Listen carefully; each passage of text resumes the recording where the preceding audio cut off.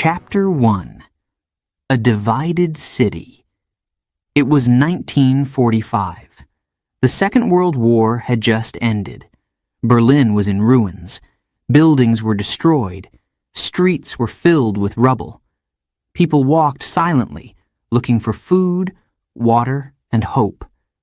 The city had been the heart of Nazi Germany, and now it was broken. After the war, the world's strongest countries made a plan. They decided what would happen to Germany. The United States, the Soviet Union, Britain, and France would each control part of the country. Berlin, even though it was deep inside Soviet-controlled East Germany, would also be divided. The four powers split the city into zones: East Berlin for the Soviets and West Berlin shared by the Americans, British, and French. At first, people hoped this arrangement would work. They wanted peace after years of war. But things didn't stay peaceful for long. The Soviet Union had a different idea of how life should be. In the East, the government took control of everything: jobs, land, even what people could say. It promised equality, but in reality, people lived under strict rules. In the West, the United States and its allies wanted freedom and democracy. They helped rebuild, giving people jobs and hope. East and West had two very different futures. Tensions grew quickly. In 1948, the Soviets blocked all roads and trains into West Berlin. Their plan was to starve the Western powers out of the city. For almost a year, planes from the United States and Britain flew supplies into West Berlin. They brought food, medicine, and even candy for children. These flights were called the Berlin Airlift. Every day the planes came. Every day the people of West Berlin survived. The blockade failed, but the divide deepened. East Berlin and West Berlin were no longer just zones. They became two different worlds. Life in East Berlin was hard. The government controlled almost everything. People couldn't speak freely. If they complained, they could be arrested, or worse. The streets were gray and quiet. Shops were often empty. People waited in long lines for bread and milk. Many felt trapped, with no way to improve their lives. In West Berlin, life was brighter. There were cinemas, cafes, and busy streets.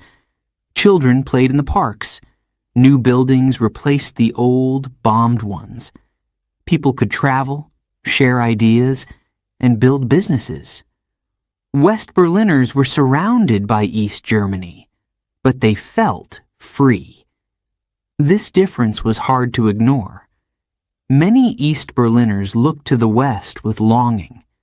They wanted freedom. They wanted the chance to live without fear. Some began to leave. At first, it was easy. People could cross the city freely. They took a train or walked across the border. Families reunited for dinners. Friends visited each other. But more and more East Berliners decided not to come back. By 1961, over 2.5 million people had fled to the West. Most were young, skilled workers, doctors, teachers, engineers. East Germany was losing its future. The government in the East grew desperate. They couldn't afford to let so many people leave. It wasn't just about numbers. Each person who left was proof that life in East Germany was failing. The leaders decided they had to act. They would stop people from leaving, at any cost. The city became a place of whispers and secrets. Families argued. Neighbors stopped trusting each other. Some people believed in the East German government. They thought the Soviet way was the right way. Others dreamed of escape. They made plans in the dark, speaking softly, afraid someone might hear. Fear was everywhere. The Western powers watched with concern. They didn't want to lose West Berlin. It was a symbol of democracy and freedom in the middle of communist East Germany. But no one knew what the Soviets would do next. The air in Berlin felt heavy, like a storm was coming. And then it happened. On the night of August 13th, 1961, the East German government made its move. Soldiers and workers began to build. Barbed wire was stretched across the city. Streets were blocked. Train stations were closed. Families who had dinner together the night before were now separated. No one knew if they would ever see each other again. People woke up to a new reality. East Berliners stared at the wire, shocked. West Berliners stood on the other side, calling out to their friends and family. The border was sealed.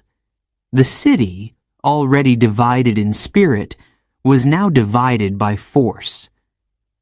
At first, the barrier was just wire, but soon it became a wall. A real wall.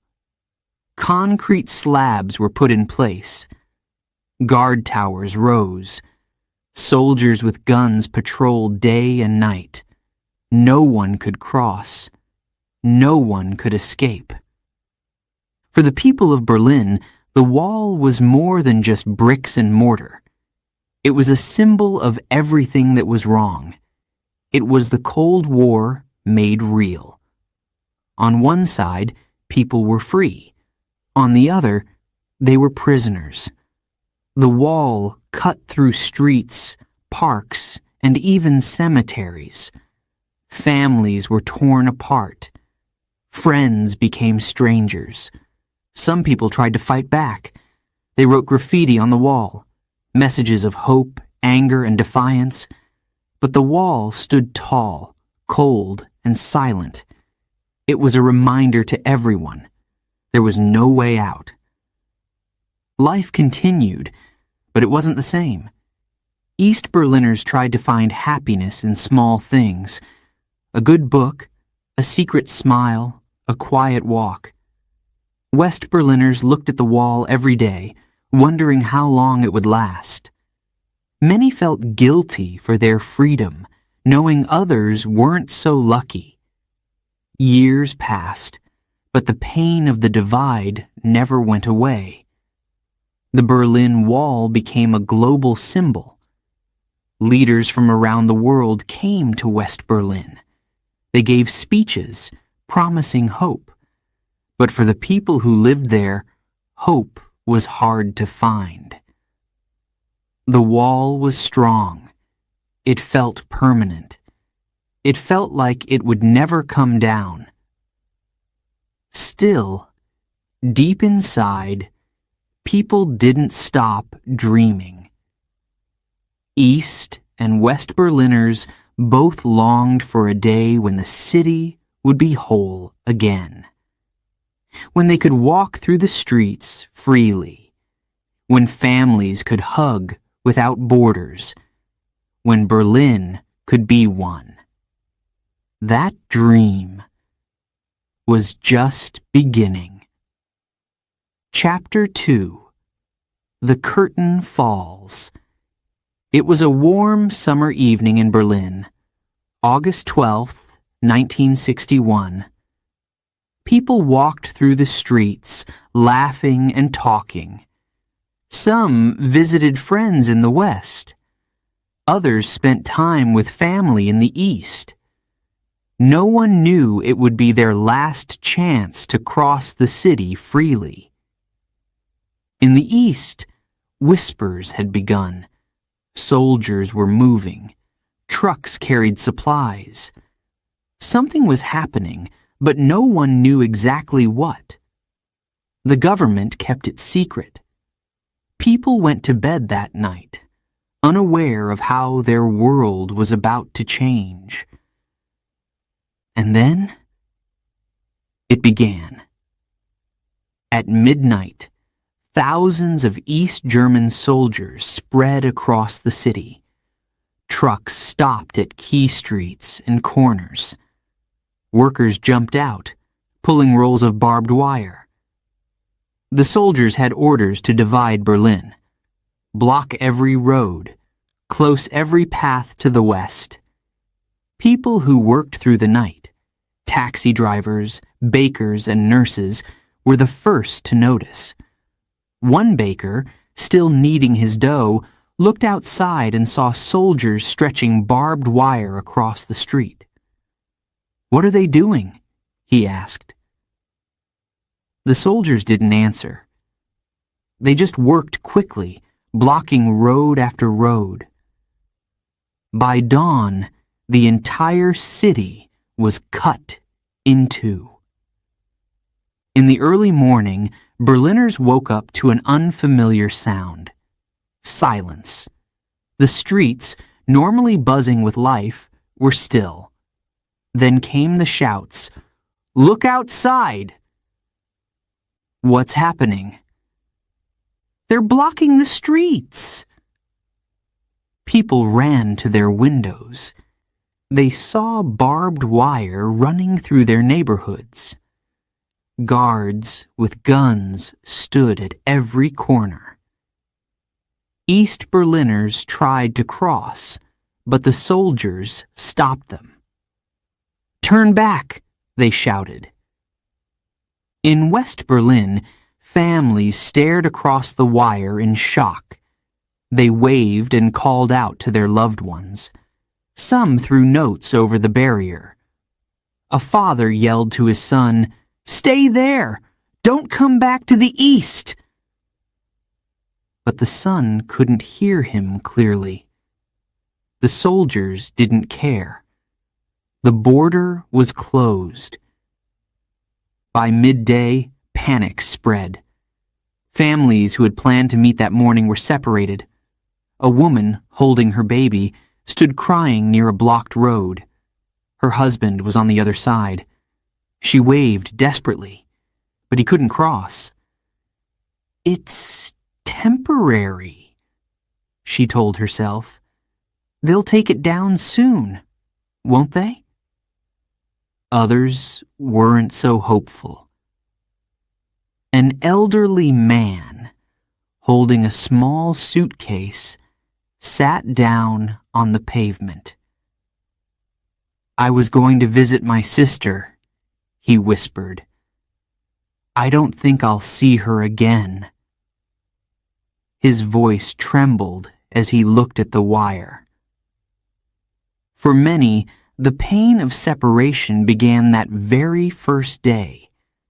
The East German government had prepared for this moment carefully.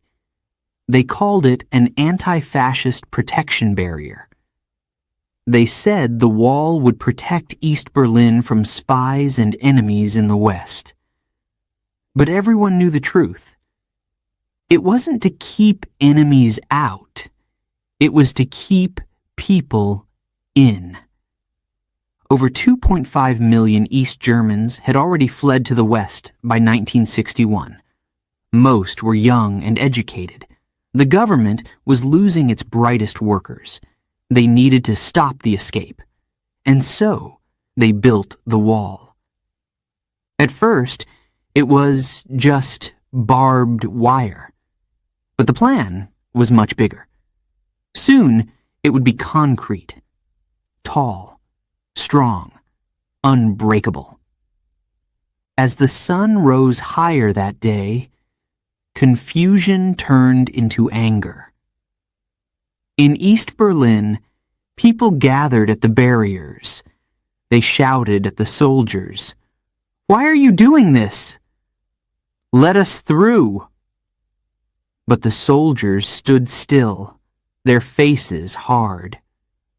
A young woman, her eyes red from crying, pushed forward. She begged to cross. "Please," she said. "My mother is in the West. She's sick. She needs me." A soldier looked at her but said nothing. She fell to her knees, sobbing. In West Berlin, it was the same. People ran to the new border, calling out for their friends and family. They waved across the wire, some holding up signs. "We're here," one sign read. "Don't lose hope." But the distance between East and West already felt too great. The scenes of that day spread quickly. Reporters from around the world came to Berlin. They took pictures of the barbed wire and the desperate faces of the people. The world watched as Berlin became the front line of the Cold War. The leaders of West Berlin called it a day of shame. They couldn't believe what had happened overnight. The mayor of the city, Willy Brandt, stood in front of a crowd and spoke with a heavy heart. "Berlin will survive this," he said. "But the scars, they will last forever." In the East, there was silence. The government controlled the newspapers. It told its people the wall was necessary. It was for their safety. Some believed it, most didn't, but no one dared to speak out. That first night after the wall went up, Berlin felt like a ghost town. In the East, the streets were empty. People stayed inside, too scared to go out. In the West, crowds gathered near the border. They lit candles. They sang songs. Their voices carried through the quiet streets, over the wire, and into the dark. An old woman in the East listened from her window. Tears streamed down her face as she heard the faint sound of music. "Will I ever walk those streets again?" she whispered. In the days that followed, the wall grew stronger. Soldiers replaced the barbed wire with concrete. They added watchtowers and armed guards. Every street, every train line, every tiny path was sealed. The city was no longer one. For many, the shock of that first day turned into despair. A young boy in East Berlin looked out his window. He could see a park in the west where he used to play with his cousins. Now, it was out of reach. "Why did they do this?" he asked his father. His father didn't answer. He just looked away. On the other side, a woman in West Berlin walked to the wire every morning. She stood there, hoping to see her sister on the other side. Sometimes she waited for hours.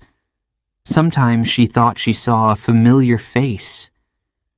But the soldiers always made people move along. Life in Berlin would never be the same again. The wall was more than just a barrier of concrete and wire. It was a wall of fear, silence, and heartbreak.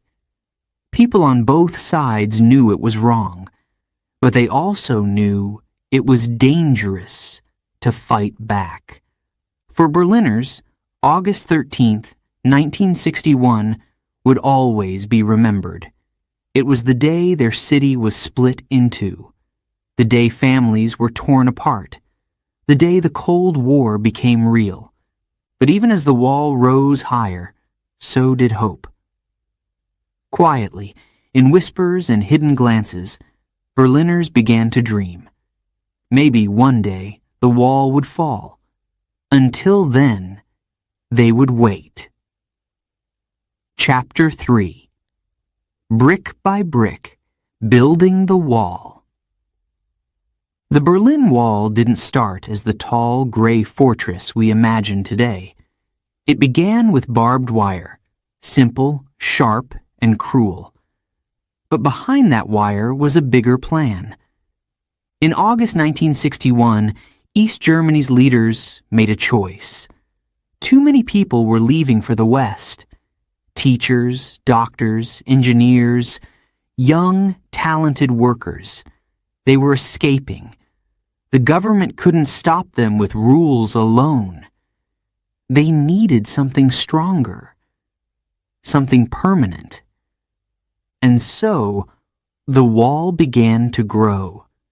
The leaders of East Germany, the GDR, German Democratic Republic, told the people that the wall was necessary. They called it an anti-fascist protection barrier. They said it would protect them from spies and enemies in the West. But the truth was different. The wall wasn't about protection. It was about control. The Soviet Union supported the plan. They wanted to show strength during the Cold War. Berlin was a symbol, and the wall became their message. It said, "You cannot leave. You cannot escape. You belong to us." At first, the wall seemed simple. Barbed wire stretched across streets and parks. But soon, workers arrived with concrete slabs. The East German government worked quickly. They didn't want the West to stop them. Each day, the wall grew taller and longer. Soldiers guarded the workers. If anyone got too close, they were pushed back. The noise of hammers and drills filled the air. The city felt like a construction site. But no one wanted this construction. A young woman in East Berlin watched from her window. Her street had been split in two. She saw neighbors on the other side waving to her, but she couldn't reach them. "They're building a prison," she thought. The wall was more than just concrete. It was a system designed to keep people trapped. Over time, new features were added. Each one made escaping harder. First, they added guard towers, tall, cold structures. Soldiers with guns stood inside, watching the border. They looked for anyone who might try to cross. Then came the death strip. It was a wide, empty space between two walls. The ground was covered with gravel, which made noise if someone ran across it. Floodlights lit the area at night. Escapees would be easy to spot. Barbed wire fences lined the death strip. There were also tripwires connected to alarms. If someone touched them, the guards would come running. Finally, there were dogs, trained to attack. They patrolled the wall with their handlers, barking at anyone who came too close. The wall wasn't just built in Berlin. It stretched across the entire border between East and West Germany. Over 1,300 kilometers of fences, watchtowers, and walls. But the wall in Berlin was the most famous part. It divided families, friends, and lives. Building the wall wasn't cheap. It took money, time, and effort. But for the East German government, it was worth it. Every day the wall grew stronger. Every day freedom felt further away. In West Berlin, people watched in horror. They couldn't believe what was happening. Some cried as they saw the wall rising higher. Others protested, shouting at the soldiers on the other side. "Tear it down!" they yelled. But the soldiers ignored them. Children in West Berlin asked their parents, "Why can't they come here?" Parents didn't know how to explain. How could they? The wall didn't make sense to anyone. A man in West Berlin came to the border every morning. He waved to his wife, who was stuck in the east. She waved back, tears in her eyes. For weeks, they stood like that, separated by concrete. Until one day, she didn't come. The wall changed everything in East Berlin. Streets that once connected the city were now blocked. Families who lived only a few meters apart couldn't see each other anymore. Train stations in the east were closed. People couldn't travel. Even daily life became harder. The government increased security. Secret police, known as the Stasi, watched everyone. Neighbors spied on each other. Fear spread like a shadow over the city. A father in East Berlin told his daughter, "Don't talk about the wall. Don't ask questions." She nodded, confused. "Why not?" she asked. He shook his head. "It's safer this way," he said quietly. For some, the wall was a challenge. They wanted to escape, to find freedom. But escaping wasn't easy. The wall was designed to stop even the bravest attempts. One night, a young man tried to swim across the Spree River, which ran along the border. He moved quietly, staying low in the water. But the guards saw him. They fired their guns, and the river grew silent. A group of students tried to dig a tunnel under the wall. They worked for weeks, digging with small tools. But the Stasi discovered their plan. The students were arrested. Their dream of freedom ended in a cold prison cell.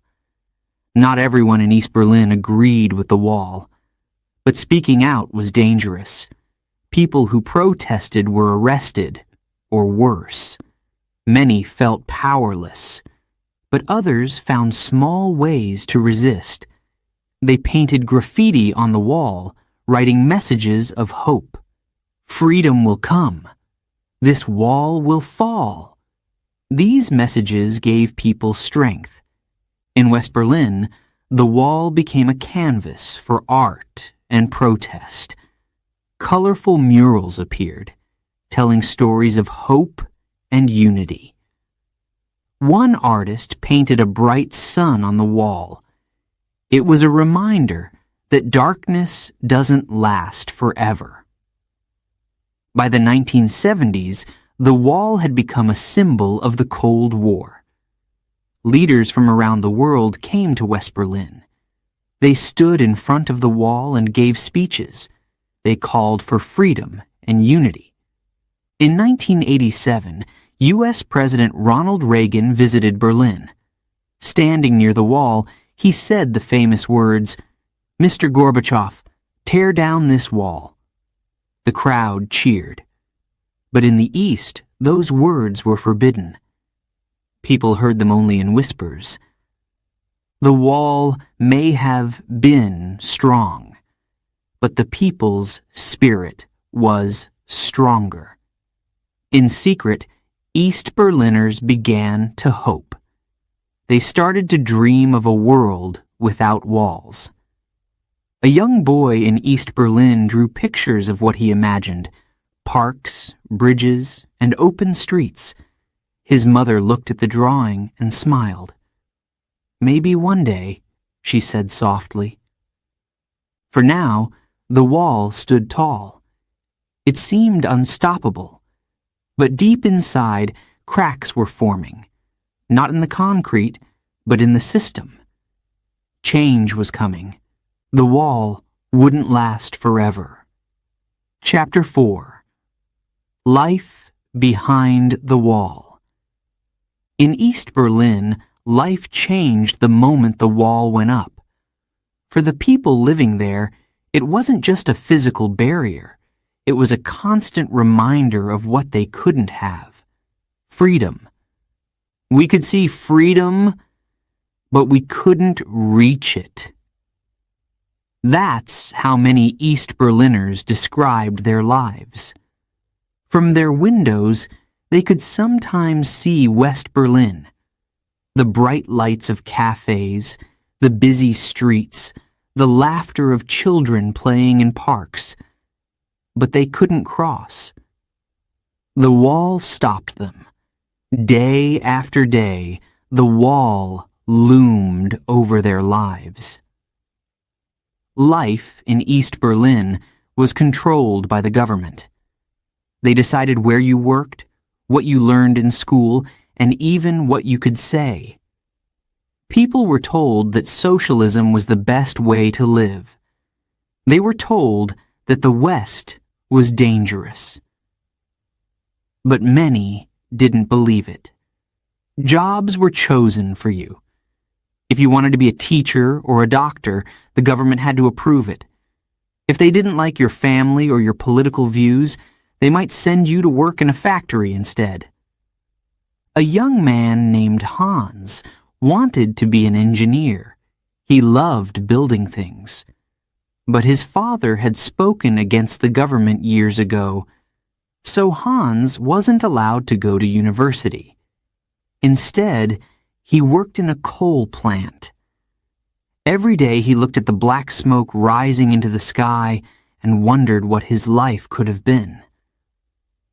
School in East Berlin was strict. Students were taught to follow the rules. They learned about socialism and how it was better than capitalism. But some teachers added their own messages, quiet ones. One teacher, Frau Schneider, loved history. She told her students about Germany's past, but she also spoke of hope. History is always changing, she would say. Nothing stays the same forever. Her students nodded, pretending to take notes. They knew what she really meant.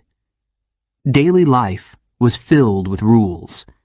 People lined up for food at government shops. The shelves were often half empty. Fresh fruit was rare. Meat was expensive. People learned to make do with what they had. At home, families spoke in whispers. Parents warned their children, "Don't talk about the wall. Don't complain at school." The Stasi, the secret police, could be anywhere. They could be listening. Even neighbors couldn't always be trusted. Some people spied for the government. They reported what others said or did. A kind smile could hide dangerous intentions. One woman, Marta, found this out the hard way. She told her friend that she wanted to visit her brother in the West. A week later, the Stasi came to her door. Her friend had reported her. Marta lost her job and was watched by the police for years. She never trusted anyone again. Despite the fear, people found small ways to live. Families gathered for dinners, sharing stories and jokes. They celebrated birthdays with homemade cakes. Children played in the streets, kicking soccer balls and riding bikes. Life wasn't easy, but it went on. Still, the wall was always there, a reminder, a shadow. People tried to distract themselves. The government organized parades and events praising socialism. Workers marched with red flags, shouting slogans. Children sang songs about a bright future. But deep down, many didn't believe it. In their hearts, they dreamed of freedom. Letters became lifelines. Families separated by the wall wrote to each other. They shared news, pictures, and small gifts, but letters were often read by the Stasi before they were delivered. Anything suspicious was removed.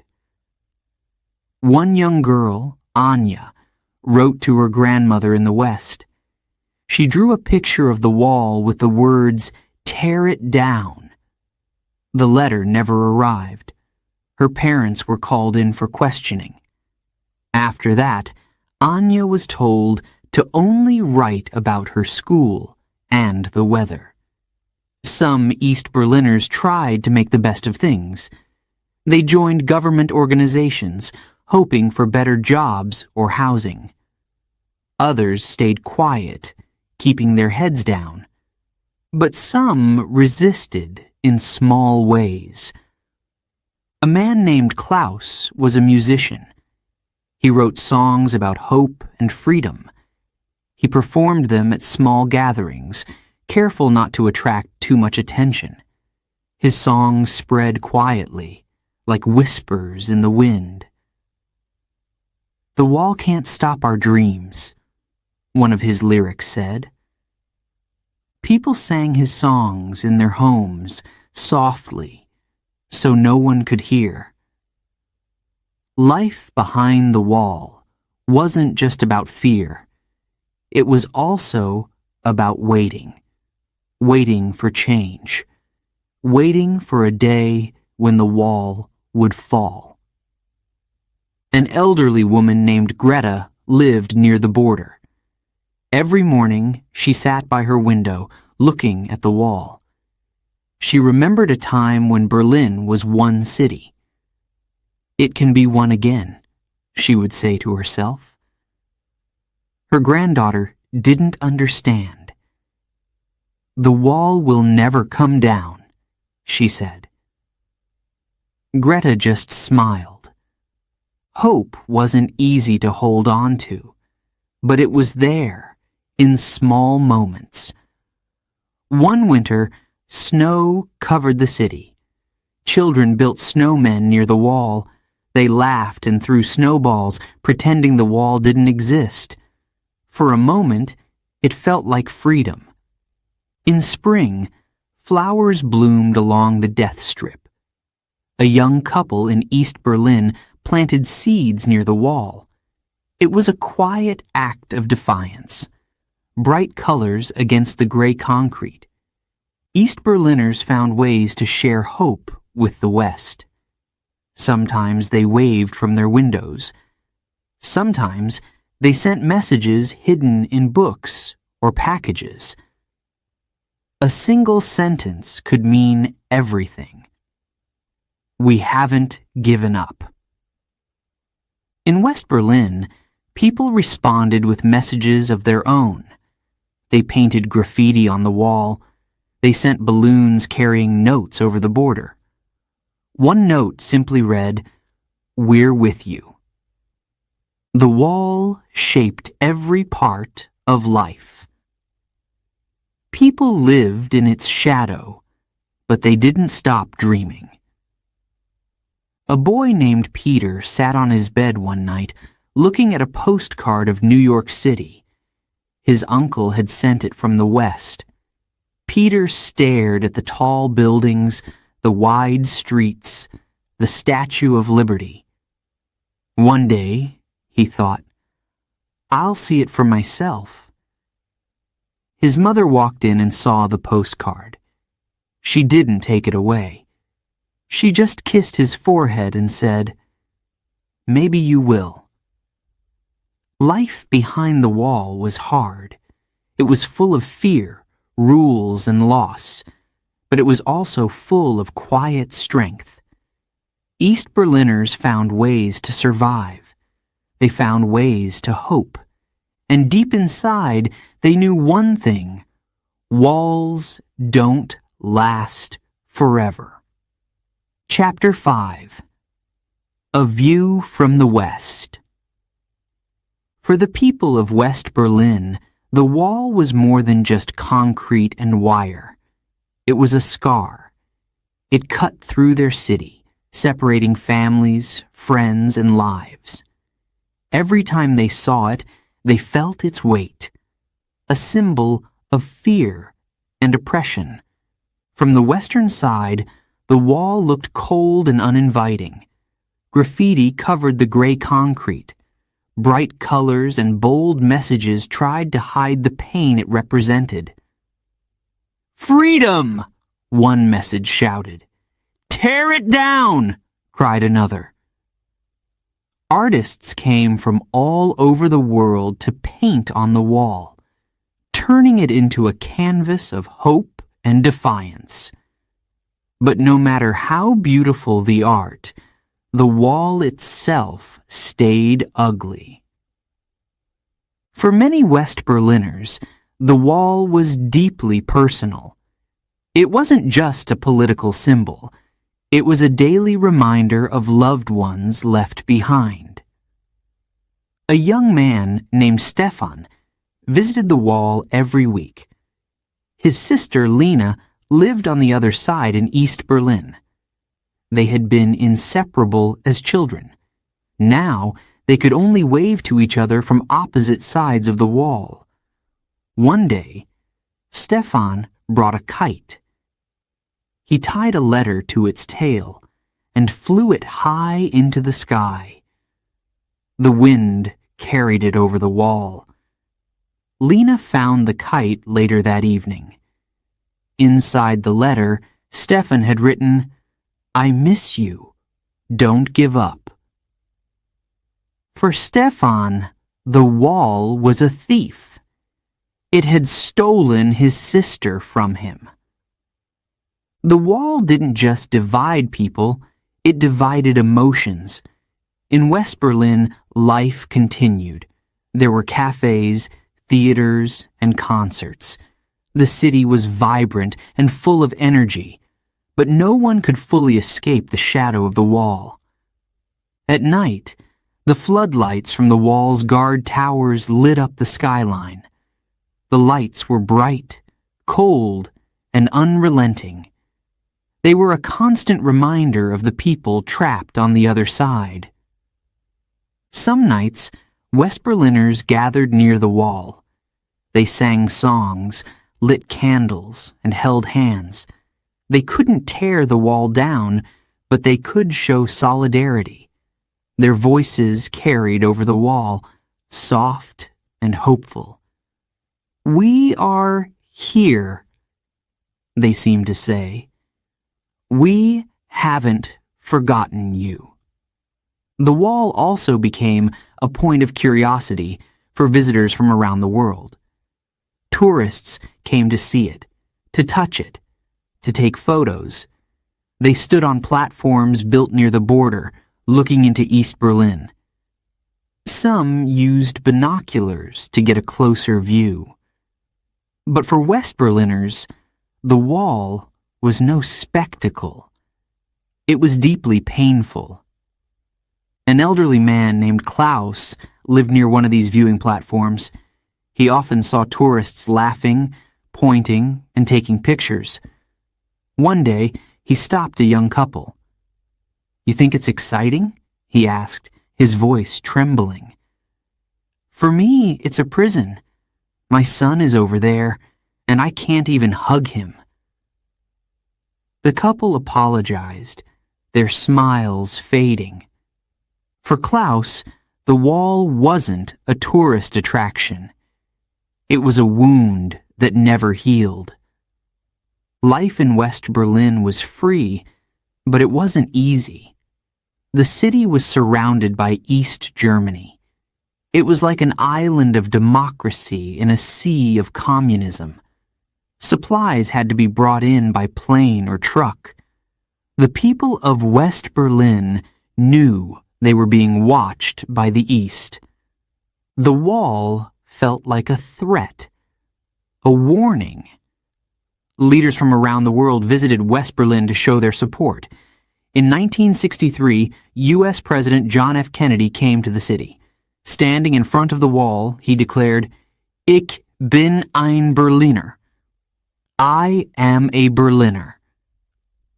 The crowd erupted in cheers.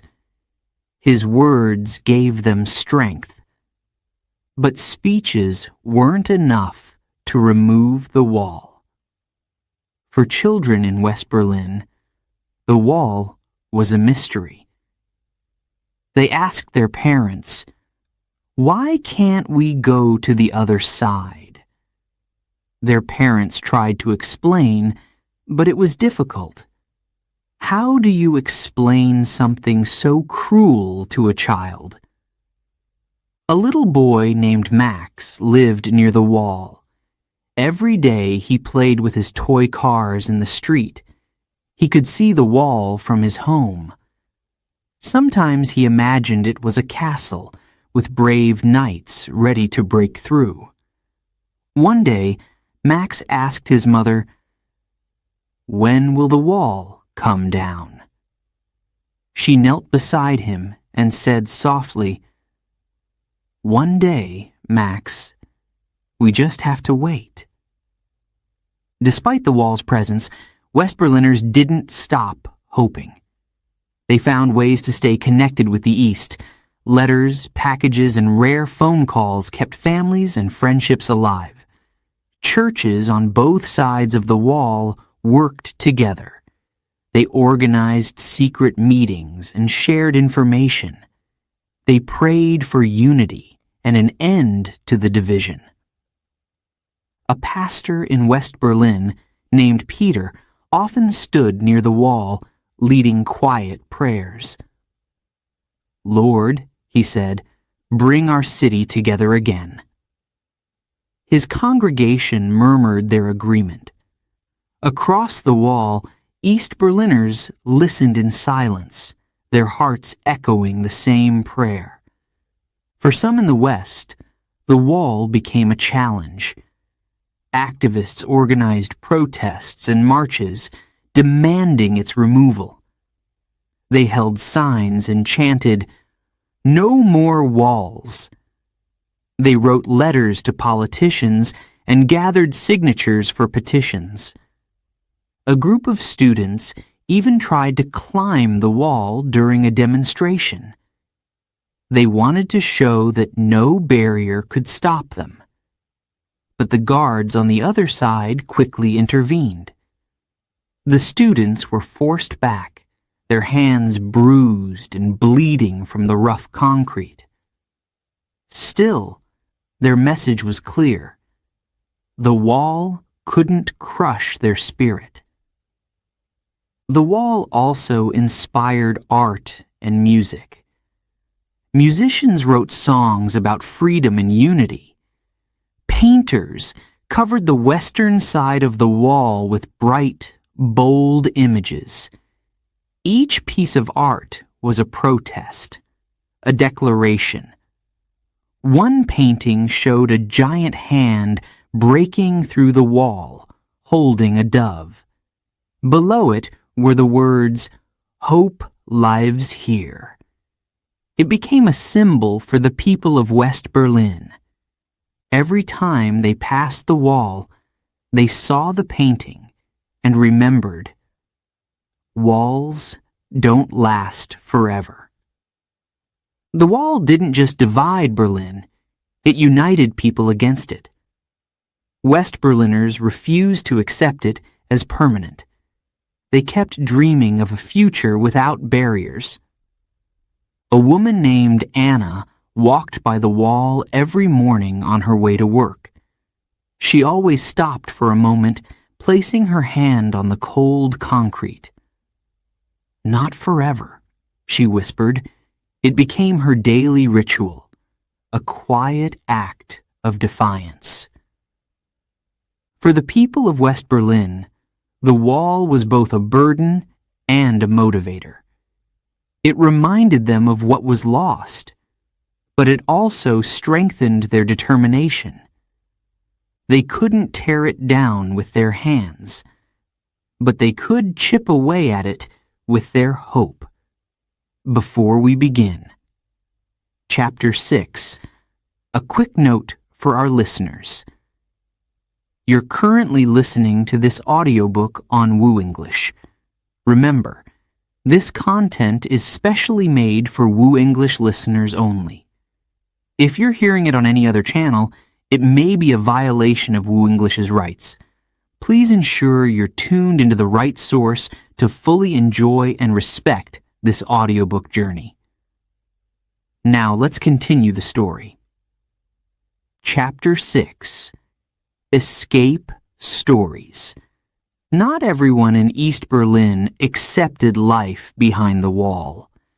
Some people dared to dream and dared to run. Escaping to West Berlin was dangerous. The wall was guarded day and night. There were watchtowers, armed soldiers, and a deadly strip of land filled with traps. The government called it the Death Strip for a reason. But for some, freedom was worth the risk. They couldn't live without hope. They couldn't stay in a place where they felt like prisoners. Their escape stories became legends. One of the first escapes happened just days after the wall was built.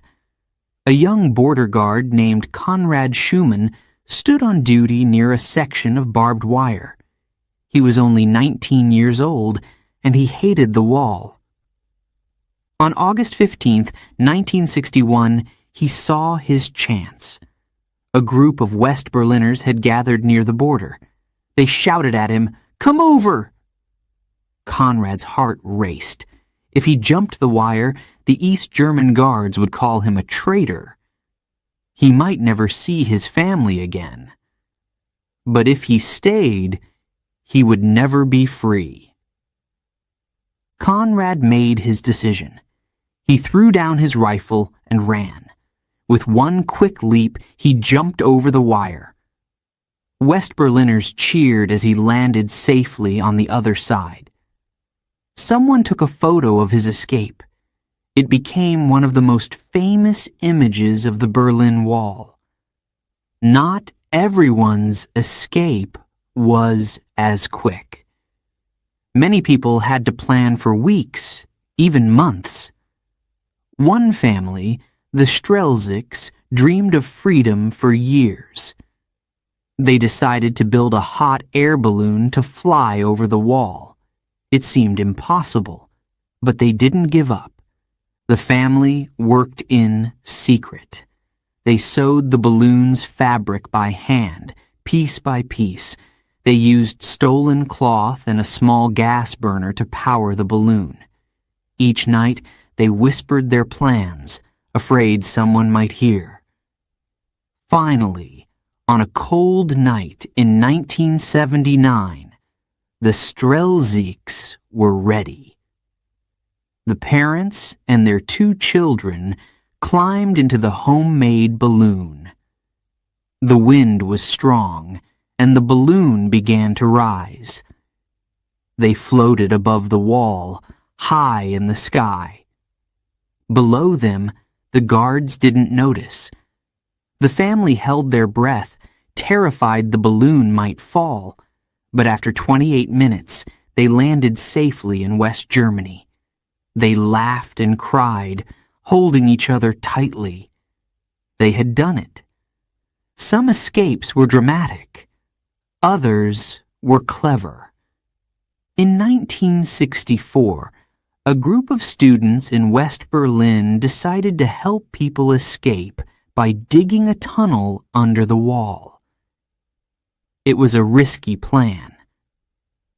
The tunnel had to be long enough to reach East Berlin, but narrow enough to avoid detection.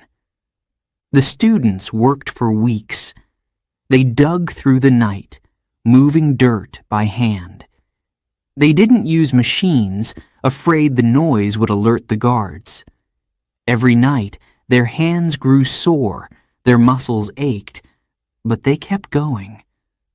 Finally, the tunnel was complete. One by one, families from East Berlin crawled through the dark, muddy passage. They had to move quickly, afraid the tunnel might collapse or be discovered. In total, 57 people escaped through the tunnel. The students became heroes in the West. Not all escapes were successful. The wall claimed many lives. One tragic story is that of Peter Fechter. He was only 18 years old when he tried to escape in 1962. Peter and a friend ran toward the wall, hoping to climb over it, but the guards saw them. Peter's friend made it to the other side, but Peter was shot. He fell into the death strip, crying for help. No one dared to rescue him. The guards didn't move, and people in West Berlin could only watch. Peter died there, just meters from freedom. His story became a symbol of the wall's cruelty. But even in tragedy, there was courage. In 1988, two brothers, Ingo and Holger Bethke, made one of the most daring escapes. They had already escaped to the west years earlier, but their third brother, Egbert, was still in East Berlin. The brothers refused to leave him behind. They came up with a bold plan. They would fly back into East Berlin to rescue Egbert. The brothers built a small airplane out of lightweight metal and cloth. It was small, quiet, and fast. They practiced flying it in secret, waiting for the perfect night. Finally, the time came. Ingo and Holger flew over the wall, landed in East Berlin, and picked up their brother. The three brothers squeezed into the tiny plane. With the engine roaring, they flew back to the west. They risked everything for their family. And they made it. Not all escapes were about speed or strength. Some relied on clever disguises. One woman, Ingrid, dressed as a guard to sneak through a checkpoint. She borrowed a uniform from a friend and memorized the guards' routines. Walking confidently, she approached the border. Her heart pounded as she passed the guards. She nodded and kept walking, hoping no one would stop her. Finally, she reached West Berlin. She let out a shaky breath. Her disguise had worked. Even the smallest acts of defiance mattered. One man, Dieter, built a zip line from an apartment building in East Berlin to a building in the West. At night, he sent his family members across one by one. They clung to the rope, sliding to safety. By morning, they were free. Every escape story was different, but they all shared the same spirit. People risked their lives because they believed in something greater than fear. They believed in freedom. For those who made it, the feeling was indescribable. A woman who escaped in 1980 said, "The first step onto West Berlin soil felt like flying. For the first time, I could breathe." But for those who stayed behind, each escape brought mixed emotions. They felt joy for the people who made it, but they also felt pain. Pain because they were still trapped. A boy in East Berlin heard about the Strelzik family's balloon escape. He told his father, "Let's build one too." But his father shook his head sadly. "We can't," he said. "It's too dangerous." The boy didn't understand. All he knew was that freedom was out there, just beyond the wall. The escape stories became a source of hope for East Berliners. They whispered about them in secret.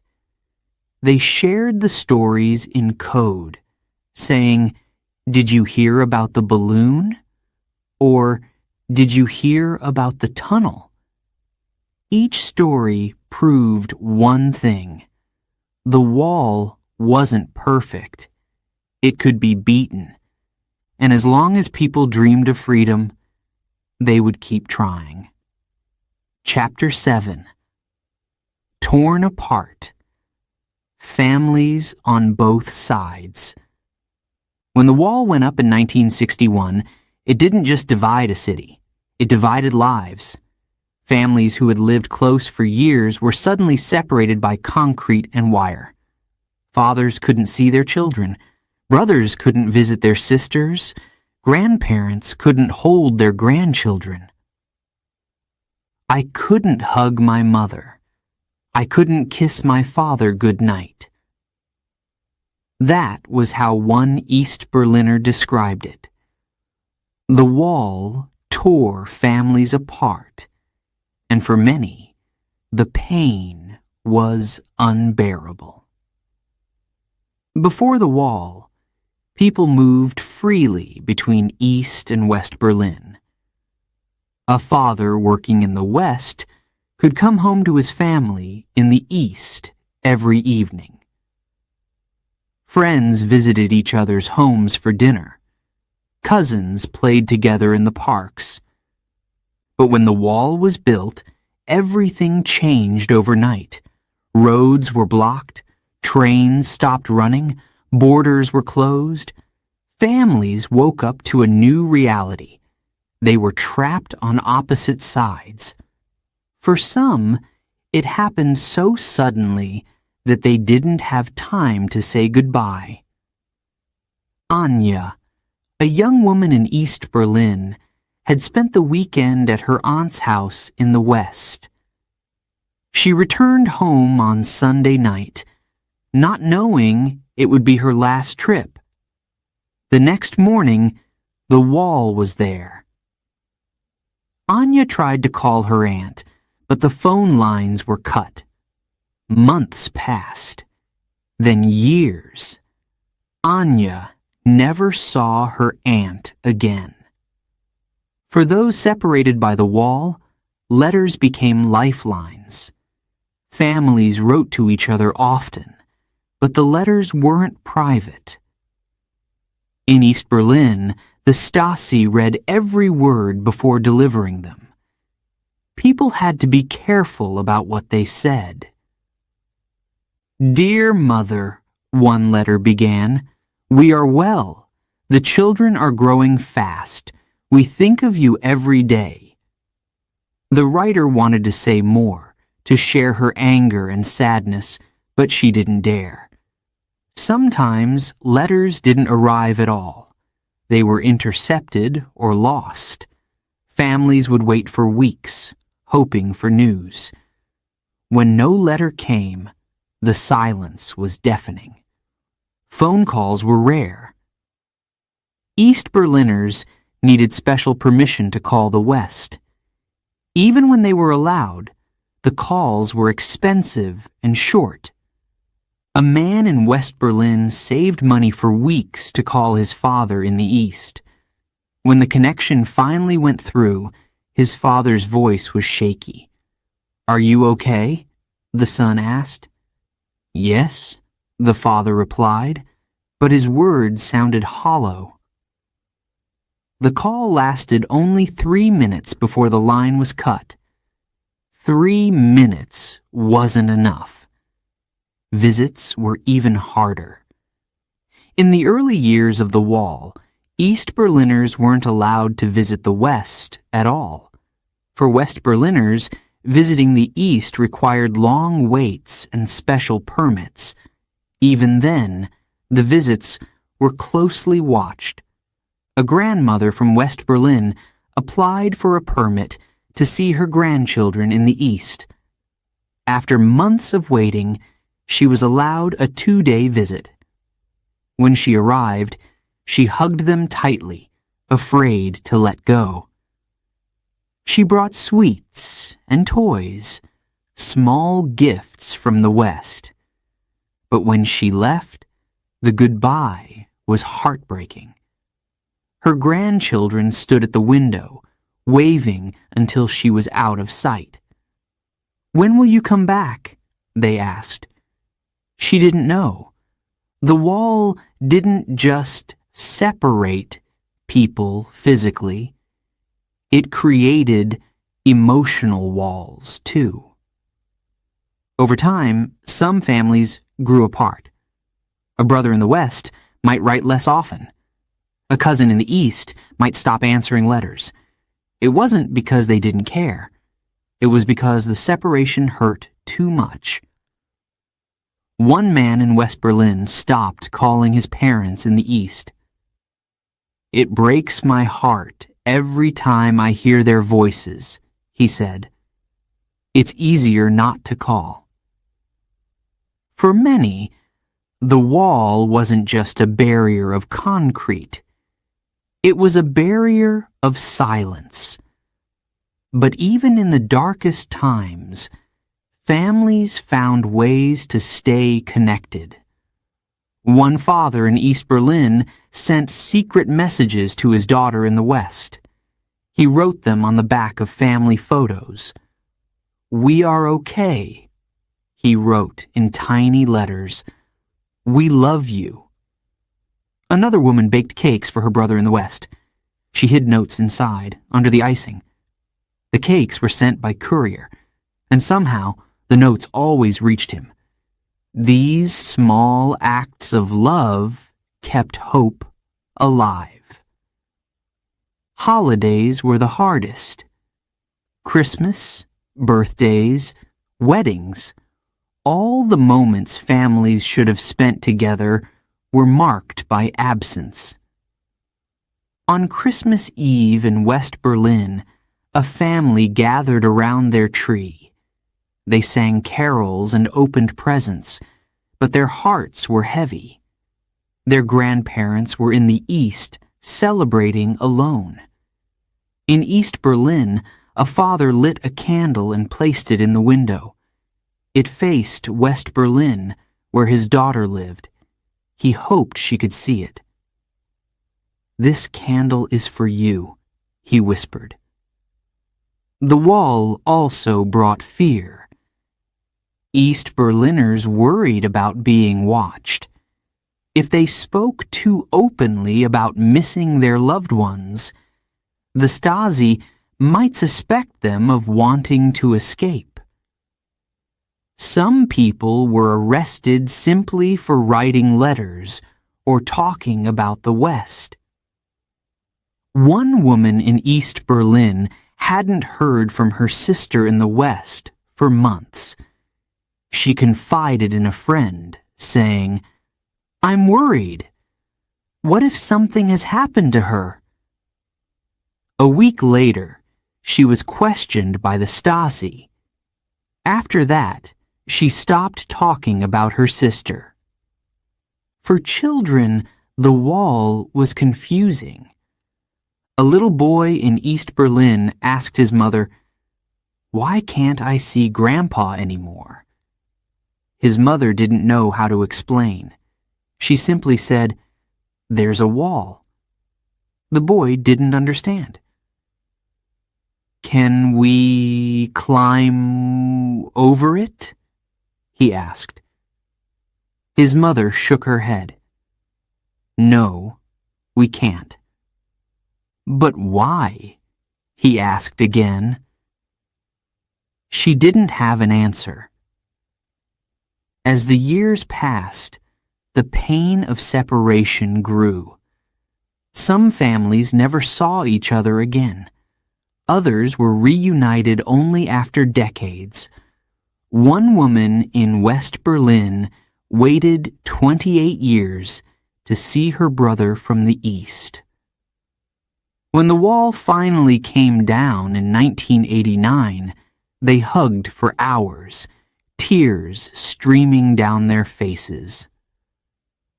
"I never stopped thinking of you," she said. The wall didn't just divide a city, it divided hearts.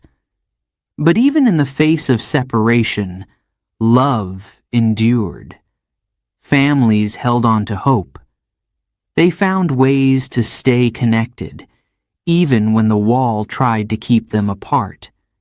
And through it all, they dreamed of the day they would be together again. Chapter 8. The Wall and the Cold War. After World War II, the world was divided. On one side was the Soviet Union, a communist superpower. On the other were the United States and its allies, who believed in democracy and capitalism. These two sides didn't trust each other.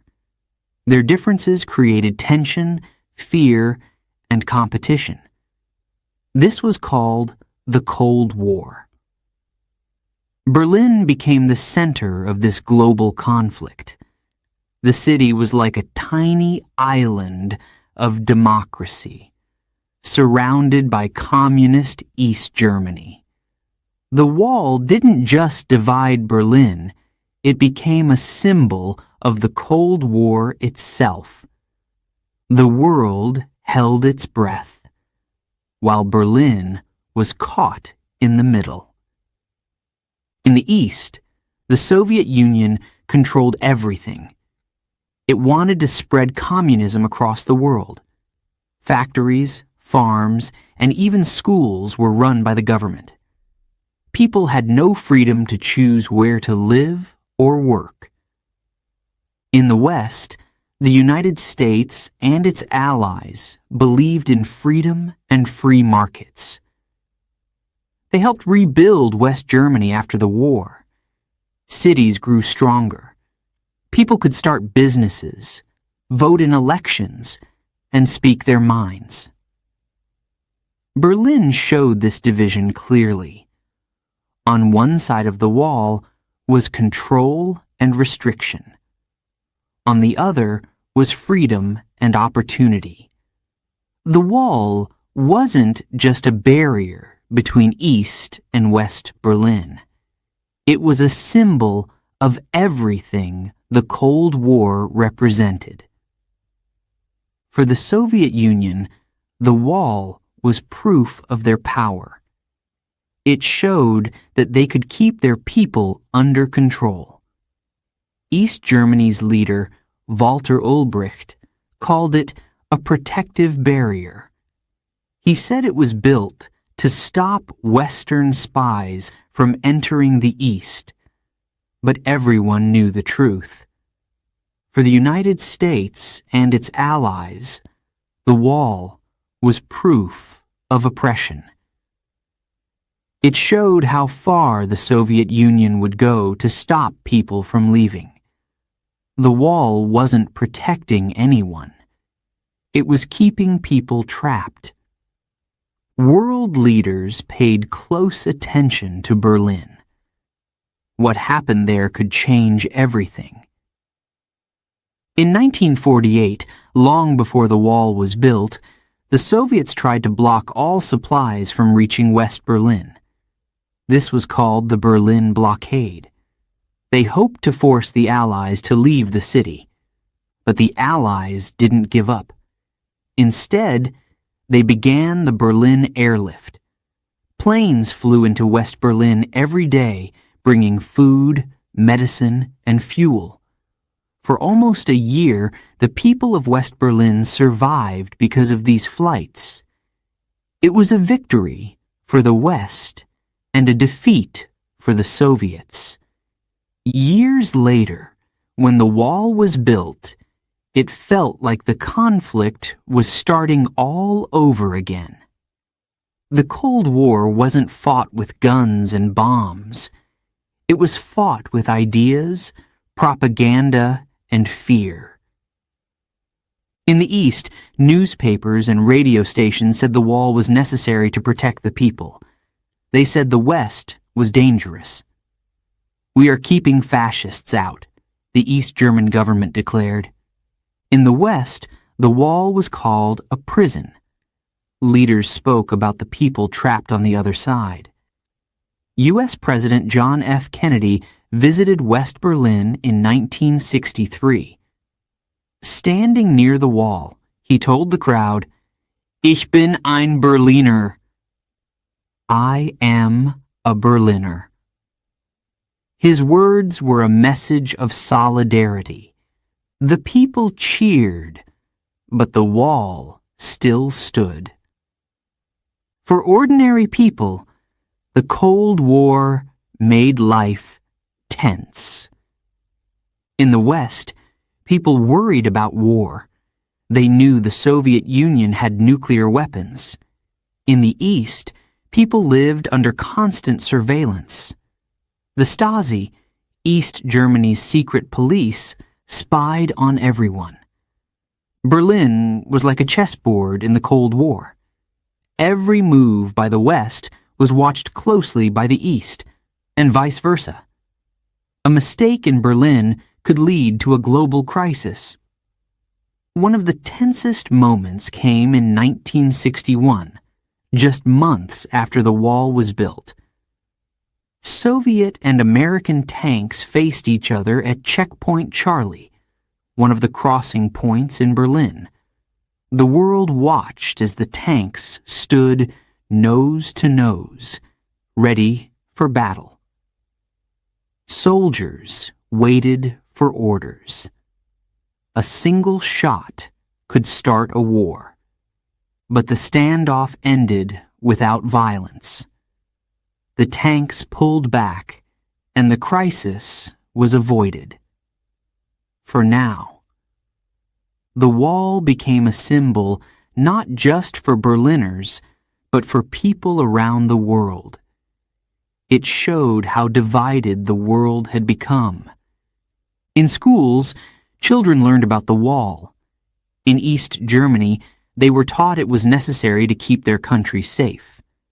In the West, children were told it was proof of the cruelty of communism. A young boy in West Berlin asked his father, "Why do they need a wall?" His father replied, "Because they're afraid of freedom." The Cold War wasn't just about politics. It was also about technology, space, and sports. The United States and the Soviet Union competed to prove who was stronger, smarter, and more advanced. They raced to send the first human to space.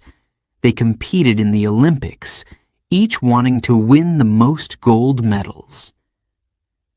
But the wall stood as a constant reminder that their competition wasn't just for pride. It was about power. By the 1980s, cracks began to appear, not in the wall itself, but in the system it represented. The Soviet Union was struggling. Its economy was weak, and people in Eastern Europe were demanding change. Protests broke out in Poland, Hungary, and Czechoslovakia. In 1987, U.S. President Ronald Reagan stood near the wall and gave a powerful speech. He looked toward the east and said, "Mr. Gorbachev, tear down this wall." His words were a challenge to the Soviet leader. At the time, the wall seemed unbreakable. But change was coming. For Berliners, the Cold War was personal. It wasn't just about superpowers or speeches, it was about their lives. In East Berlin, people lived in fear. They couldn't speak freely or travel where they wanted. Every day, they saw the wall and knew they were trapped. In West Berlin, people lived with guilt. They had freedom, but they couldn't help their friends and family in the East. They stood at the wall, waved across it, and dreamed of a united city. The Cold War wasn't just about Berlin, but Berlin was its heart. The wall stood as a symbol of the division between East and West, communism and democracy, oppression and freedom. For nearly 30 years, the wall defined the Cold War. It divided a city, a country, and the world. But even as it stood tall, people never stopped hoping for change. The Cold War couldn't last forever, and neither could the wall. Chapter 9. The Beginning of the End. By the 1980s, the Berlin Wall had stood for nearly 2 decades. It seemed unbreakable, strong, permanent. But cracks were beginning to show, not in the wall itself, but in the system it represented. In Eastern Europe, people were tired. Tired of waiting in lines for food. Tired of being watched by the secret police. Tired of being told what to think, where to work, and how to live. They began to demand change. A crack appeared. In the Soviet Union, Mikhail Gorbachev became leader in 1985. He introduced new ideas like glasnost, openness, and perestroika, restructuring. He wanted to reform communism. He believed the government should be less strict, that people should have more freedom to speak and think. These ideas spread across Eastern Europe. For the first time in years, people began to hope. If the Soviet Union could change, why couldn't East Germany? But East Germany's leader, Erich Honecker, didn't want change. He believed the wall and the system behind it were strong. The wall will stand for 100 more years, he said confidently. He was wrong. In East Germany, protests began to grow. Small at first, then bigger. In Leipzig, people gathered every Monday to march through the streets. They carried candles and signs. They chanted, "We are the people." Their message was clear. They wanted freedom. They wanted reform. The government tried to stop them. Police were sent to break up the protests. Some marchers were arrested. Others were beaten. But the protests didn't stop. Each week, more people joined. In Berlin, similar marches began. Fear was everywhere, but so was courage. A young woman named Anna marched with her friends. "We were scared," she said later, "but we couldn't stay silent anymore." The protests weren't just about East Germany. All across Eastern Europe, people were demanding change. In Poland, the Solidarity movement fought for workers' rights and free elections. In Hungary, the government began to open its borders. Thousands of East Germans traveled to Hungary, hoping to escape to the West. By 1989, Hungary made a historic decision. It removed its border fences with Austria, allowing East Germans to cross freely into Western Europe. The floodgates had opened. East Germans rushed to Hungary by the thousands. Families packed their cars and left everything behind. Long lines of cars stretched for miles.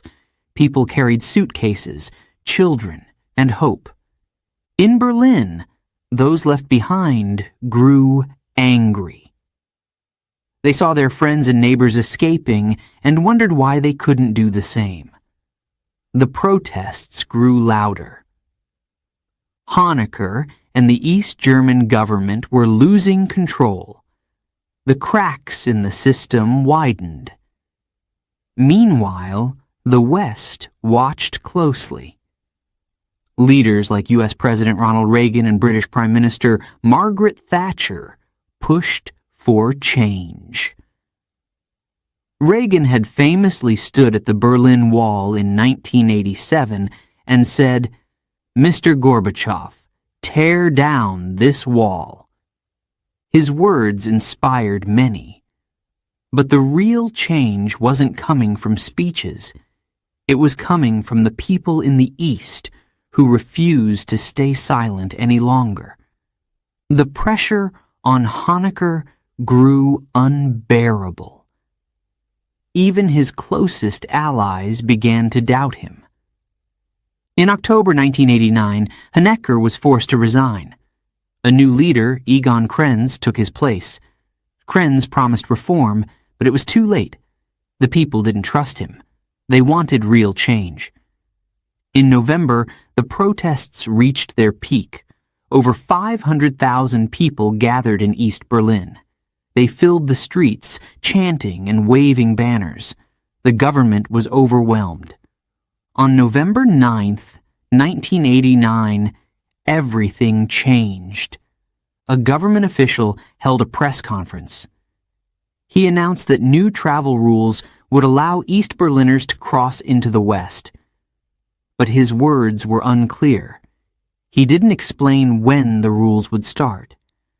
A reporter asked, "When does this begin?" The official hesitated, then said, "Immediately." The news spread like wildfire. People rushed to the wall, unsure if it was true. Could they really cross? Was this the moment they had been waiting for? At first, the guards were confused. They hadn't received any orders. But as the crowds grew, the pressure became too much. Finally, the guards opened the gates. In that moment, the wall fell. Not with explosions or violence, but with celebration. People poured through the gates, laughing, crying, hugging strangers. West Berliners greeted them with open arms. Families who hadn't seen each other in years were reunited. A man named Peter crossed the border with his wife and children. "We're free!" he shouted, tears streaming down his face. "We're finally free!" Berliners didn't just cross the wall. They climbed on top of it. They danced, sang, and cheered. Some brought hammers and chisels, chipping away at the concrete. Each piece they removed felt like breaking down a barrier in their hearts. A young boy watched his father take a swing at the wall with a hammer.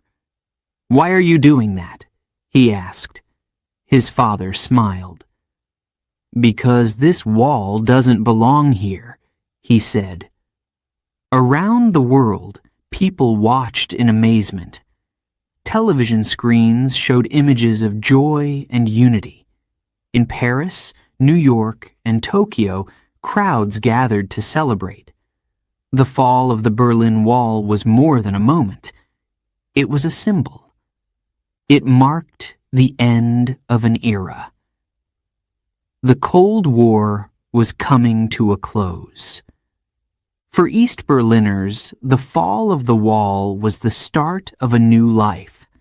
They could now travel freely, find new jobs, and speak without fear. For West Berliners, it was a chance to reconnect with loved ones and help rebuild the city. But the journey wasn't over. Reuniting Berlin and Germany would take time. There were challenges ahead, but in that moment, none of that mattered. The wall was falling. The cracks that began in the system had turned into a collapse. The people had won. Chapter 10. A Night to Remember. November 9th, 1989. It started as an ordinary day in Berlin. People went to work, children went to school. The wall still stood as it had for almost 30 years. But by nightfall, everything changed. It began with a press conference. A government official in East Berlin announced new rules. He said that East Germans would soon be allowed to travel freely. The reporters were confused. "When does this begin?" one of them asked. The official hesitated. Then he said the word that would change history. Immediately. His answer spread like wildfire. Within minutes, East Berliners heard the news. It didn't seem real. Could it be true? Could they finally cross the border? Crowds began to form at the wall. Hundreds of people came at first, then thousands. They pushed forward, demanding to be let through. The guards didn't know what to do. They hadn't received orders. The wall was supposed to keep people in. But now, the people were demanding freedom. The guards called their commanders, asking for instructions. The commanders didn't know what to say. The pressure was building. Finally, at 11:30 p.m., the guards opened the gates.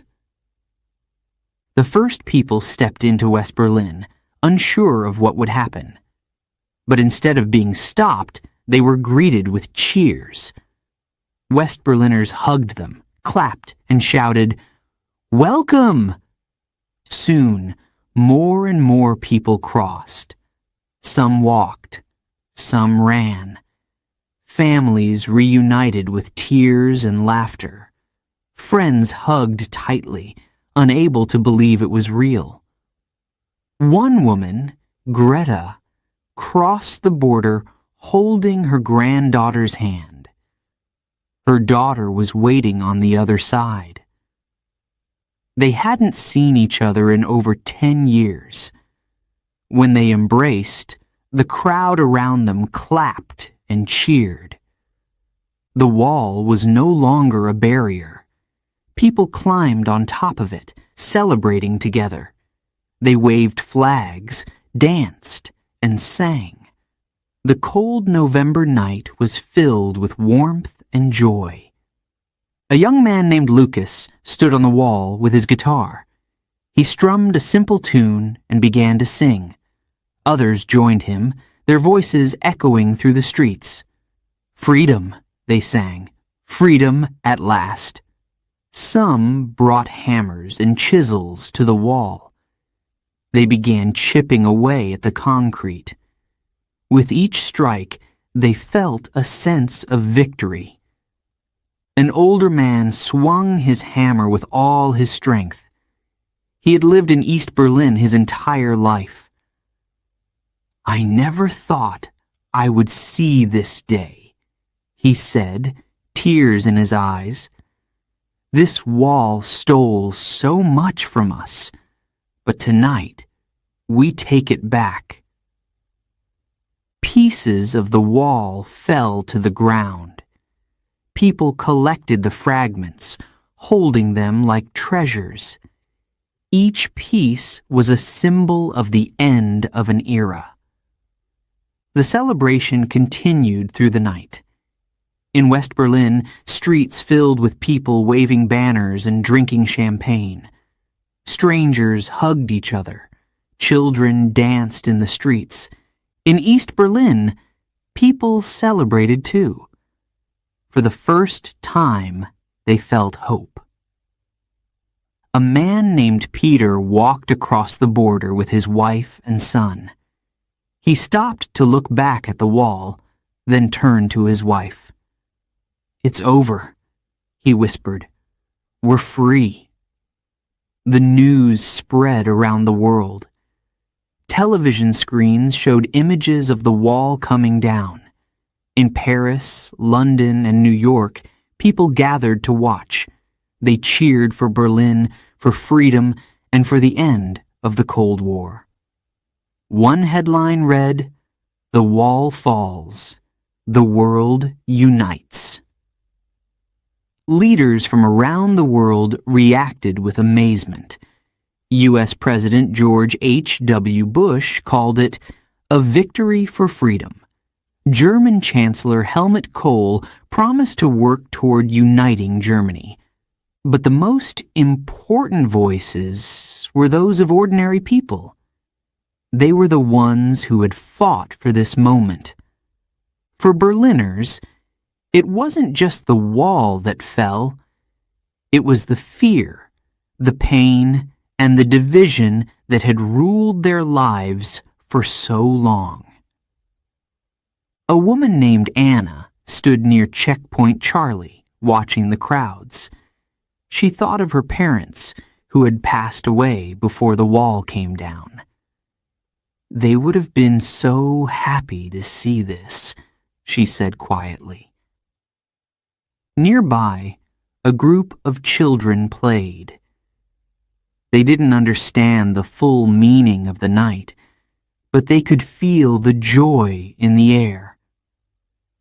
One little boy laughed as he climbed on a piece of the broken wall. His father smiled and said, "You're climbing on history."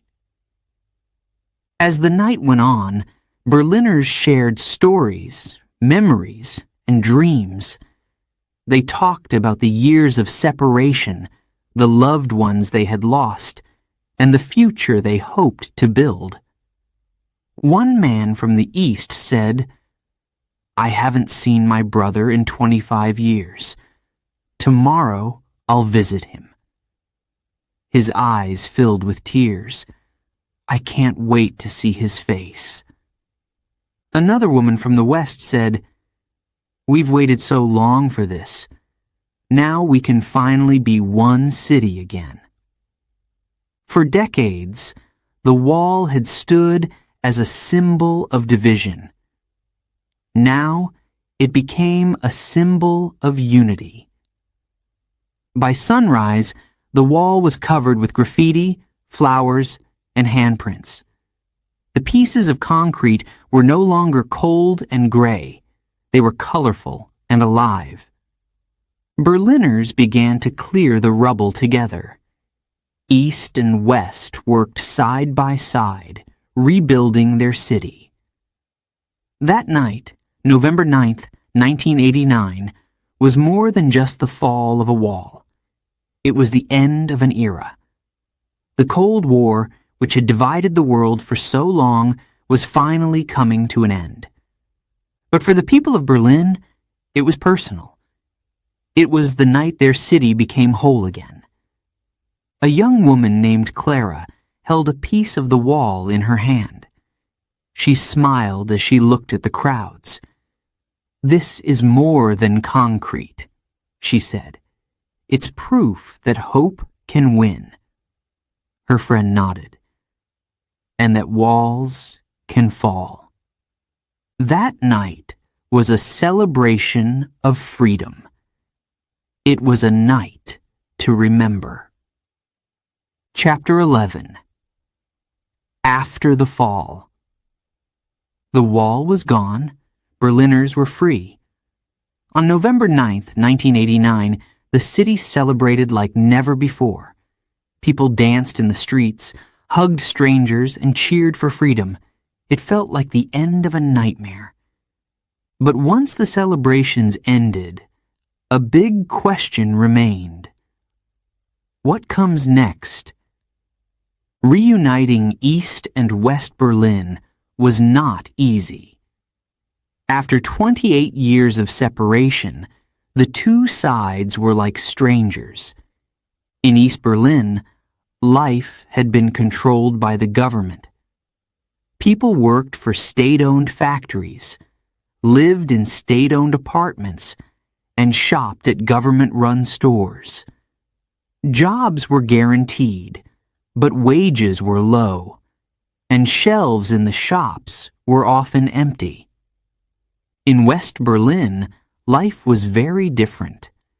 Businesses were private, the economy was stronger, and people had more freedom to choose their futures. Now, the two sides had to come together. But how could they build one city out of two such different worlds? At first, the reunification brought hope. East Berliners were excited to explore the West. They crossed the old border, wide-eyed, as they saw colorful advertisements, busy stores, and bright lights. Many West Berliners welcomed them with open arms. A man in West Berlin named Karl offered coffee and cake to strangers from the East. "Welcome," he said. "You're home now." But the excitement didn't last forever. For East Berliners, life in the new system was difficult. They were free, but they had to adjust to a new way of living. Jobs were no longer guaranteed. People had to compete for work. Many factories in the East closed because they couldn't keep up with Western businesses. Thousands of people lost their jobs. A woman named Erica had worked in the same factory for 20 years. When it closed, she didn't know what to do. "I was happy the wall fell," she said, "but I felt lost." West Berliners faced challenges too. They wanted to help, but reunification was expensive. Rebuilding East Berlin and supporting its people cost billions of marks. Taxes increased, and some West Berliners grew frustrated. A young man named Thomas said, "We want to help, but it feels like we're paying for everything. It's not fair." Tensions began to grow between the two sides. The physical wall was gone, but invisible walls still existed. East Berliners felt like second-class citizens. Their neighborhoods were poorer, their schools needed repairs, and their streets were full of potholes. Some West Berliners looked down on them, calling them Ossis, a nickname for people from the East. One woman from the East said, "We wanted to be part of Germany, but sometimes it felt like we weren't welcome." Meanwhile, some West Berliners thought East Berliners were ungrateful. They said, "We're helping them rebuild, but all they do is complain." The city was united, but the people still felt divided. Even so, there were moments of hope. In 1990, Germany officially became one country again. People gathered in Berlin to celebrate. Flags waved, fireworks lit up the sky, and the sound of singing filled the air. In the months that followed, Berliners worked to rebuild their city together. They removed the last pieces of the wall and cleaned the streets. Buildings in the East were repaired and painted. Schools and hospitals were improved. One of the most symbolic changes was the reopening of the Brandenburg Gate. For years, it had stood behind the wall, a symbol of division. Now, it became a symbol of unity. New opportunities brought people together. Artists from both sides of the city painted murals where the wall once stood. Musicians held concerts in the parks. Businesses in the West hired workers from the East. Students from East and West attended the same schools. A boy named Lucas, who had grown up in East Berlin, joined a soccer team in the West. At first, the other players teased him about his old shoes and strange accent. But after a few weeks, they accepted him. By the end of the season, they were friends. Still, healing took time. An older man named Friedrich lived in West Berlin, near the former border. For years, he had avoided speaking to people from the East. "They're not like us," he told his neighbors. But one day, he met a woman from the East named Ingrid. She told him about her life behind the wall, about the fear, the shortages, and the longing for freedom. Friedrich listened and realized they had more in common than he thought. From then on, he began to see East Berliners differently. For many Berliners, the hardest part of reunification wasn't rebuilding the city. It was rebuilding trust. A young woman named Anya, who had grown up in the East, said, "I was always told the West was the enemy. Now they're my neighbors. It's strange, but I'm learning to let go of the past." Her new neighbor Klaus replied, "And I was told that people in the East were brainwashed. But now I see that they're just like us. We're all Berliners." The reunification of Berlin wasn't perfect. Even decades later, differences between East and West remain. But the city has come a long way. Today, Berlin is a vibrant, unified city. Tourists visit the places where the wall once stood, learning its history.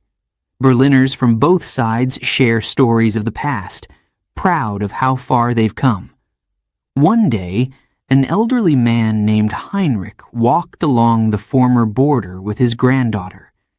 He pointed to a small piece of the wall still standing as a memorial.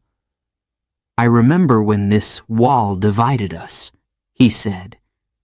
His granddaughter looked up at him confused. "But why would anyone build a wall like that?" she asked.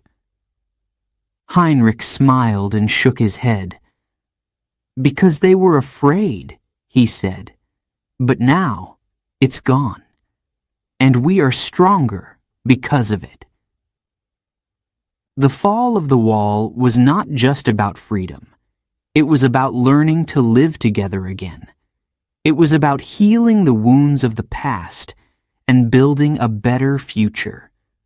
Berliners faced challenges, but they also experienced triumphs. Slowly, step by step, they turned their divided city into one. Chapter 12. The Wall's Legacy. The Berlin Wall is gone. It no longer divides streets, families, or lives. But its story lives on. For 28 years, the wall stood as a symbol of division. It represented fear, control, and oppression.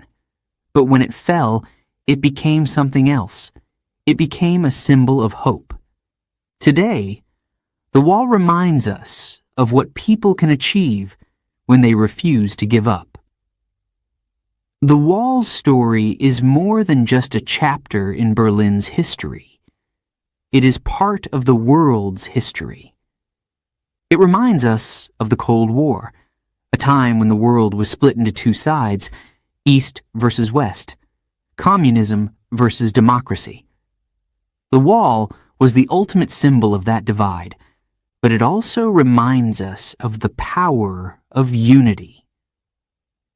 When people on both sides of Berlin came together in 1989, they proved that walls don't last forever. In Berlin today, pieces of the wall still stand. They are not barriers anymore. They are monuments. Tourists from around the world visit the East Side Gallery, where artists have painted murals on the wall's remains. The colorful paintings tell stories of freedom, hope, and love. One painting shows a dove carrying an olive branch. Another shows people breaking through the wall with their bare hands. These pieces of the wall remind us of the strength of the human spirit. But the wall's legacy is not just physical. It lives in the hearts and minds of those who experienced it. A woman named Ingrid, who grew up in East Berlin, often tells her grandchildren about life before the wall fell. "It was a different world," she says. "We weren't free, but we never stopped dreaming." Her granddaughter listens closely, trying to imagine a life without freedom. "It's hard to believe," she says. "I'm glad it's over." The wall also teaches us important lessons. First, it shows us the dangers of fear and division.